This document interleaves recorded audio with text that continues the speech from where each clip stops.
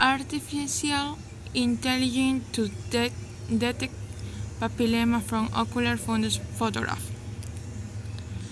The fundus examination is used to diagnose andaism or oxalate in the evolution to work in preventing or avoiding.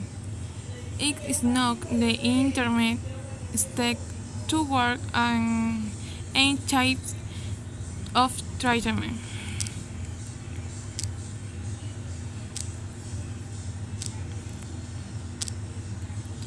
What is papillema? Papillema is a pathology which the increased pressure inside or around the brain causes the area of the optic nerve inside the ear to become inflamed. Well,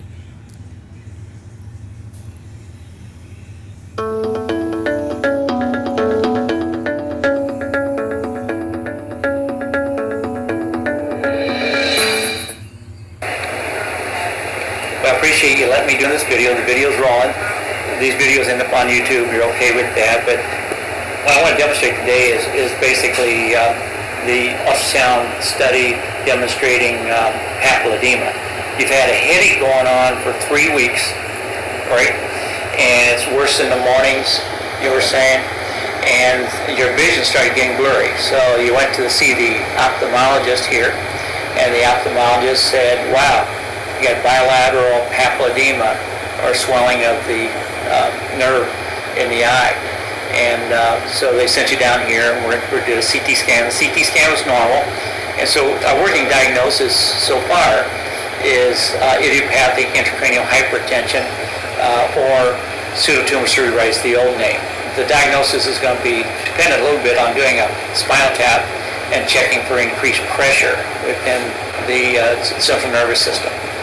Without the spinal tap and without the increased pressure, it makes it a little bit more difficult to make the diagnosis. Do you have any questions of any kind? Okay, cool. Thank you so much.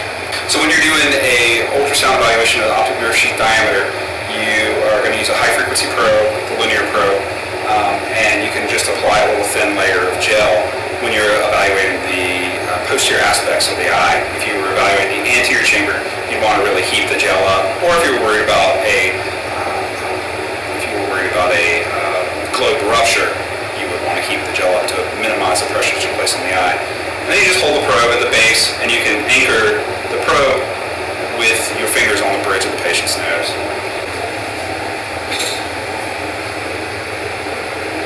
I've got my fingers resting on the bridge of her nose. Try to avoid applying too much pressure.